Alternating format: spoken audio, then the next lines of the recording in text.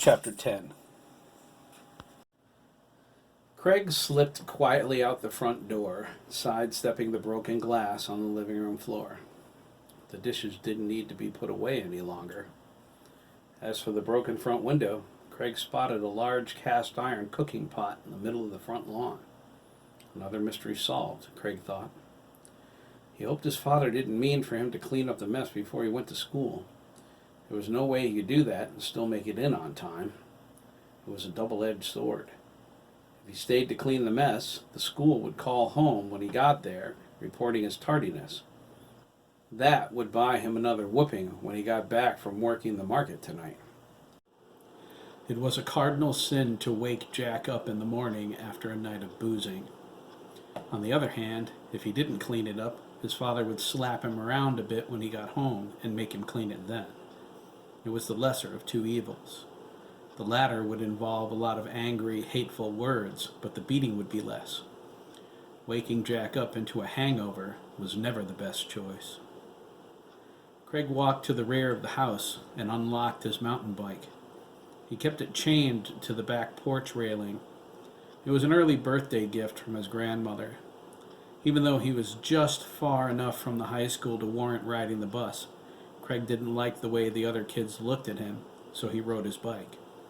He was the son of the town drunk to them. That's all he would ever be. One day that'll change, Craig thought. Then you'll all see. He hopped on his bike and started to ride, slinging his backpack onto the handlebars. Halfway down the driveway, he saw the Ramirez's house. He screeched to a halt. A clammy feeling spread through his chest. I forgot about Max. When Craig came down from his attic room, he went to the bathroom, took a leak, washed his hands, and then went to the kitchen for breakfast. He forgot about his lone witness. If he were smart, he would have watched to see where Max was before leaving for school. He had a sinking feeling Max was going to say something to him about what he saw. Craig wanted no part of it. I'm getting along just fine, thanks. No need for concern. Careful, that bruise on my shoulder is still tender. Craig cringed. He didn't need this. He just wanted to get through the last day of school and fade into obscurity. He could hide all summer, avoiding his neighbors, like he always did. By the fall, they would forget all about him. If he maintained a low enough profile, his worries would be over. People had short attention spans and shorter memories. Craig wasn't remarkable enough to stay in anyone's thoughts for too long. There were advantages to being unpopular, especially when you didn't want anyone sticking their nose in your business. Of course, by leaving the fan out of the window, it was an open invitation for Max to walk right in. How do you do? I'm the guy who's going to wreck your whole life.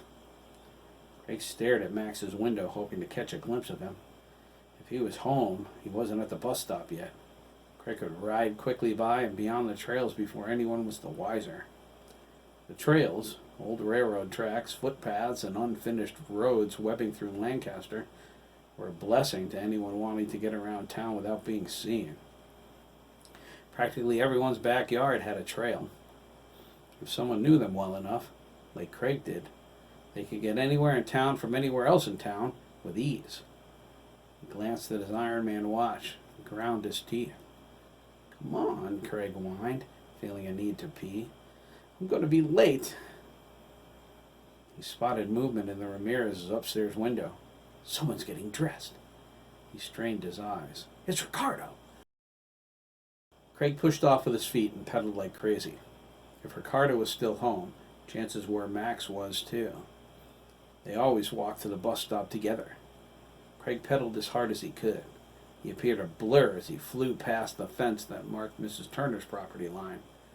He had his eyes locked on the Ramirez's house, struggling to make it past before anyone saw him. As he approached Wicked Avenue, picking up speed, he cut through Gibbons' garage, watching Ricardo instead of watching where he was going. As he came around the building, Craig crashed full tilt right into Lyle.